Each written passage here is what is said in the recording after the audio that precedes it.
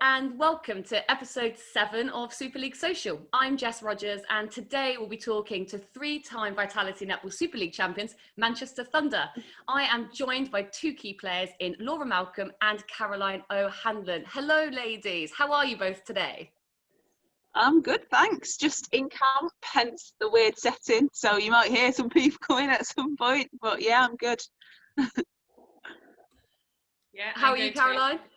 Yeah, good to see some netball faces again. It's been quite a while, so yeah, good. Missing everyone.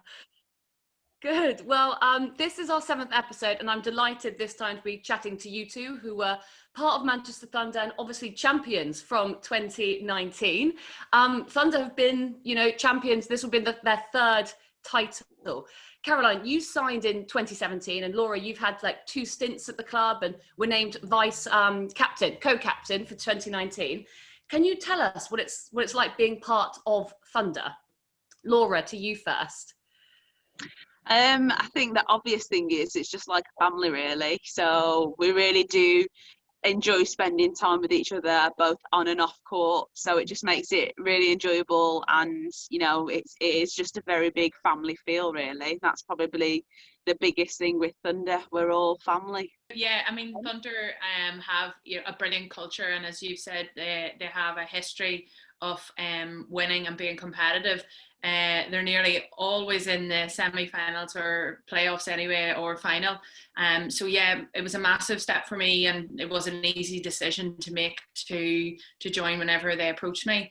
I think the special thing about Thunder, and whenever I have the pleasure now of playing with some of the youth players coming through and the pathway players coming through, and you see that attitude that they have, that real determination. Obviously they have a very high skill level, and that's why they're so successful, but it's that determination and that hard work ethic which I think has been key to the success over the years. Yeah, definitely. And, speaking of those young players coming through, there really is this Thunder machine, as is spoken about. And most recently, we saw the first signings for the 2021 season as 2 Thunder players who were previously training partners in Berry Neal and Lois Pearson. And so, that's great that they're now going to be part of the registered 10 for 2021. How did you guys feel on your VNSL debut season? Caroline, what was yours like? Well, mine wasn't really that long ago. I didn't play in the Super League for until maybe 2014, I think. So I suppose it is quite a while ago actually, but I suppose it was late in my career, I suppose. But so I had a lot of experience at that stage in playing for Northern Ireland and playing at World Cups, and so to me, it was just a brilliant opportunity to play and have that competitive opportunity on a regular basis. The standard's so strong, and it's growing and getting stronger every season, and it's just brilliant to see that and be a part of it. Definitely. Yeah, oh, sorry. I was just going to say mine was with Thunder, and I think I'd just seen them compete for quite some years, and then it was just amazing to be able to step out on court. But I also went out on court with quite a few players where it would have been their first season as well, so it was quite nice that we'd all been building together. And then once we actually went on court, it was like, right, this is how we play as a unit. So yeah, I had a good mix of older players and younger players all going out there as quite a different team to what Thunder had seen before. Definitely. And with Manchester Thunder being the 2019 champions, we know that obviously 2020 season got cut short, but that season just before, you both played a huge part in that win, in that great season. Laura, can I ask you, what was the mood like within the team before you stepped on court for that grand final against Wasps? Can I take you back to last year? Well, in the week build up, it was pretty much business as usual. Obviously, we'd played Wasp a few times already, and we got the video. We kind of knew what our job was. It was about just refreshing what we'd already been working on, and just touching on a few things which we needed to clean up on going into the game. So that's pretty standard in terms of what we do every week anyway. But yeah, I think there was a general feel of excitement before we went on, and I think we were just up for it and ready to kind of you know, bring it to them, which we didn't to begin with, but then we got there in the end. Yeah, it was quite a match. My goodness, Caroline, how were you feeling before that final? It was your first Super League, you know, championship, really. So how were you feeling before that final? Yeah, it was. I suppose I didn't really know what to expect. The rest of the guys were great because obviously they had that experience before, and I suppose there's always a standard expected whenever you go out on court for Thunder. So, you know, and as Laura said there, you know, we prepared for each match in a similar way. So I suppose in that sense, you know, the preparation was similar, but you knew that there was something big coming. The year before we'd had the match in the Manchester Arena, and I suppose that was, you know, the closest you could get to playing the final, you know, with the pressure, with the, you know, the big crowd and a big stadium, and we'd had a positive experience also against Wasps with that. So, you know, that was the only experience that I could draw upon that was similar, or how I thought it was going to be, I suppose. So yeah, it was really exciting, and it was good just to, I had stayed over probably more that week in the run up to the game, so it was good just to spend even more time with the girls and just relax and enjoy the build up to the game. Can I ask, in that final, it obviously wasn't necessarily going your way to begin with. Did you always think you were going to win?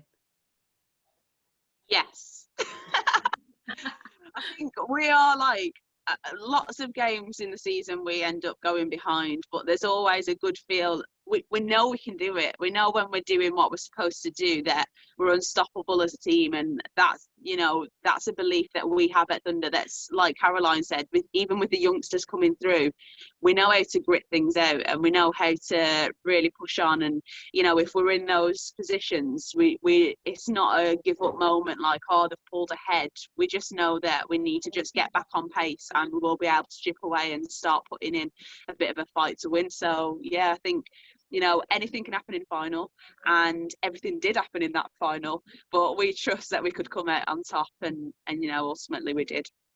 What I want to talk to you both about next is we've spoken about obviously Manchester Thunder becoming champions, but I want to get to know you both slightly better as players. You might both play for Thunder, but you've had, you know, rather different journeys to getting there.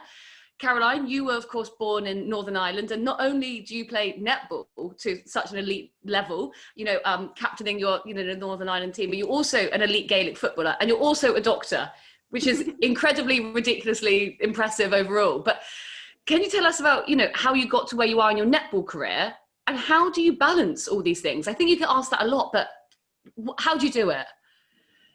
I suppose in terms of netball career, I obviously played in Northern Ireland my whole life, so just through school, and played for my club Larkfield, which are based in Lisburn, and played with Northern Ireland through all the underage structures, and then around, as I say, in 2014, Northern Ireland made a partnership or an agreement with Team Northumbria. And so at that season, in the build up towards the Glasgow Commonwealth Games, there were 7 of us in the long squad, travelling over to play with Team Northumbria. That was brilliant in terms of just getting exposure for players in Northern Ireland, and I suppose opening up that opportunity for other players, and for franchises to see us as an option. You know, and as I said earlier, a great opportunity just to get that level of match practice and competitive opportunity, because, you know, obviously we're playing in our local leagues. You know, we don't have the same volume of players, we don't have the same standard of games, so, you know, it's difficult for us going into big competitions with Northern Ireland.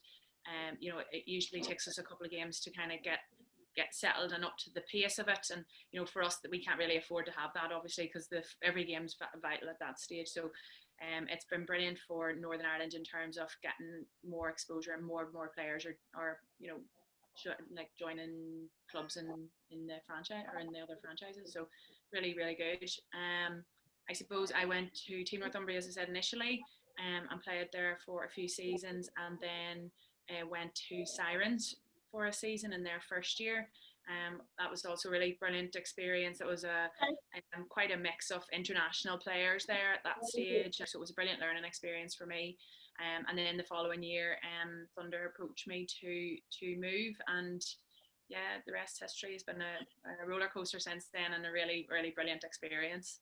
So, Caroline, are you a doctor in Northern Ireland and then you fly across for training and matches every single week? Yeah. That's nuts. I mean, yeah, if you want something done, ask a busy person. I assume you're extremely organised and efficient and everything. But how do you balance the two? Well, it's just, you just have to plan ahead.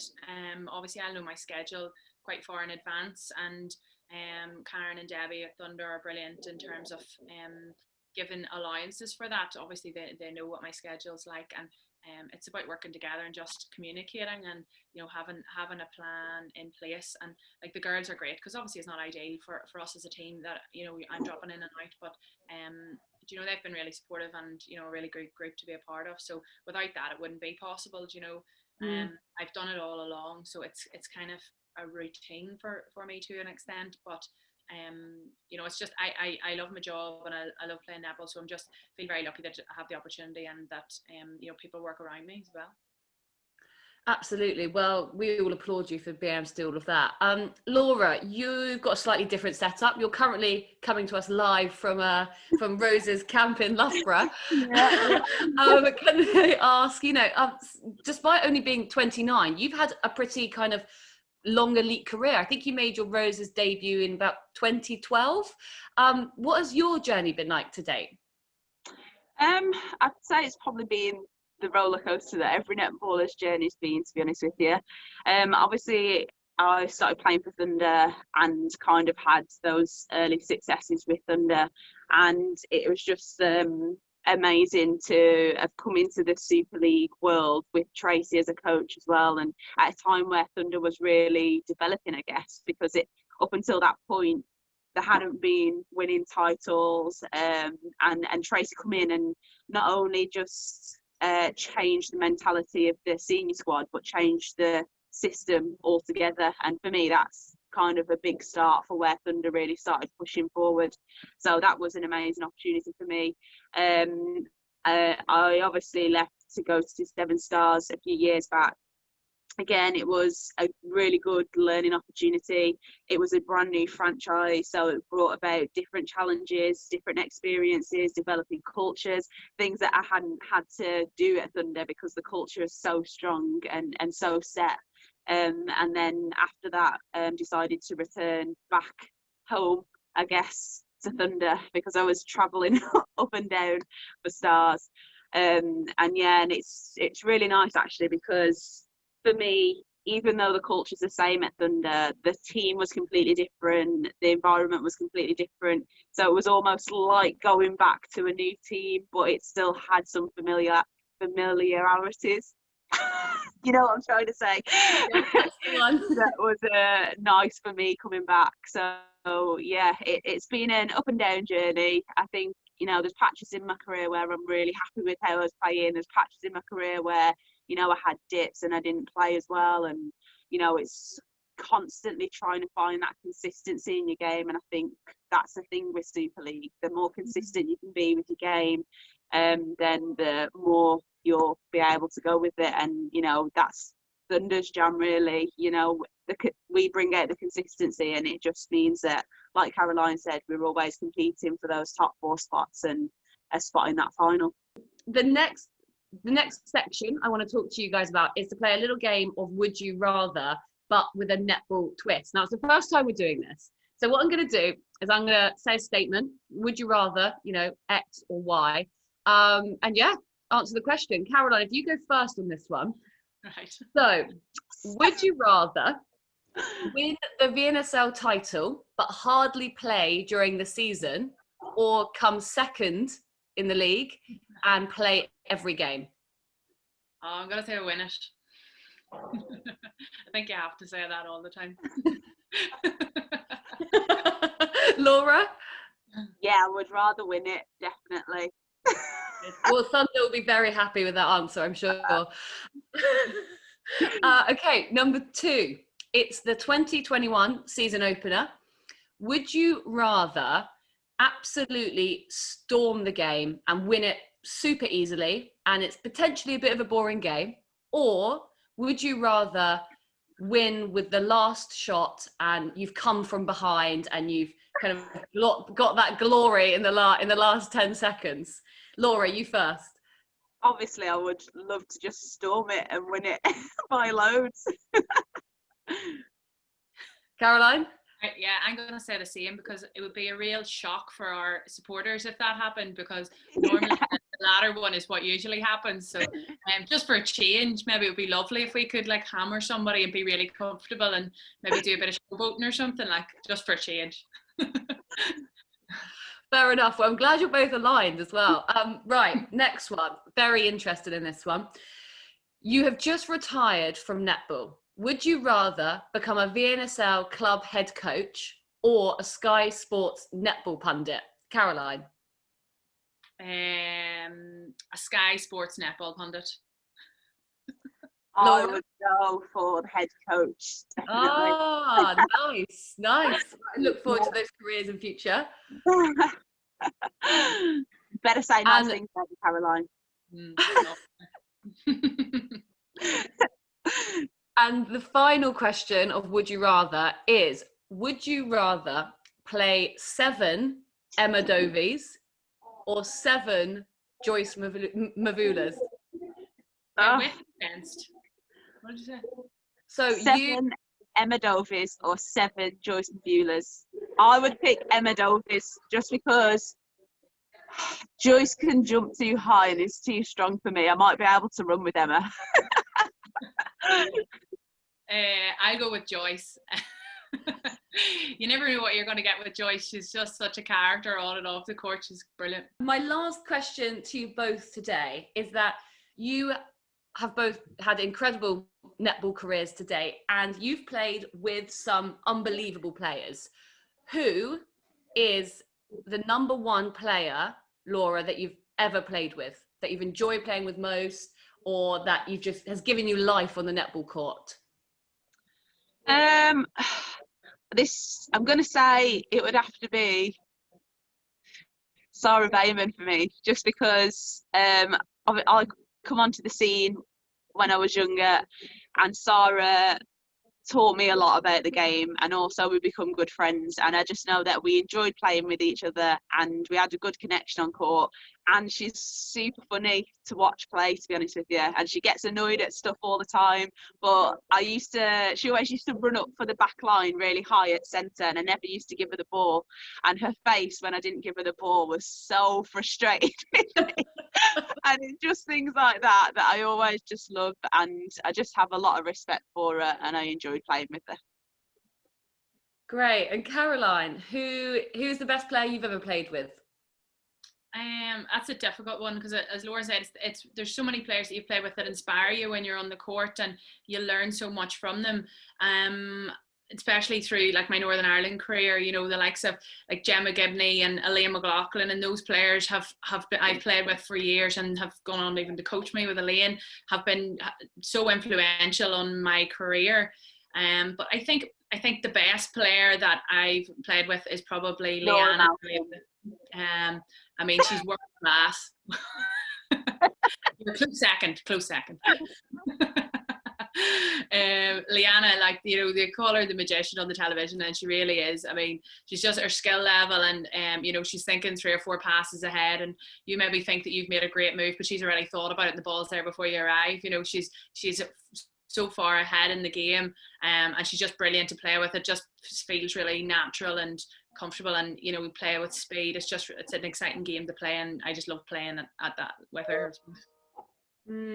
Great. Well, I hope that I don't think we're going to see Laura and Sarah again on court together, but who knows about the other pairing. Although I'd love to get Sarah Bayman back on the court. Yeah, get her back. Start putting the pressure on. Exactly. We'll get her back at some point. But I want to say a huge thanks to both of you for chatting today. It's been so lovely. Laura, I know you need to get to dinner for camp. Back to your program. You know, can I just say that because everything's on like schedules and stuff now, that's the only reason it matters.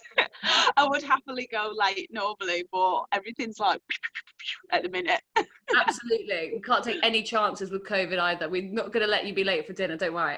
So thank you both so much for joining. We will be back soon talking to another Super League club. Make sure you are following at Netball SL, and to join the conversation, use hashtag Superleague Social. And that's all for today's episode. So thank you both, and hopefully chat to you both soon. Thank you. Bye.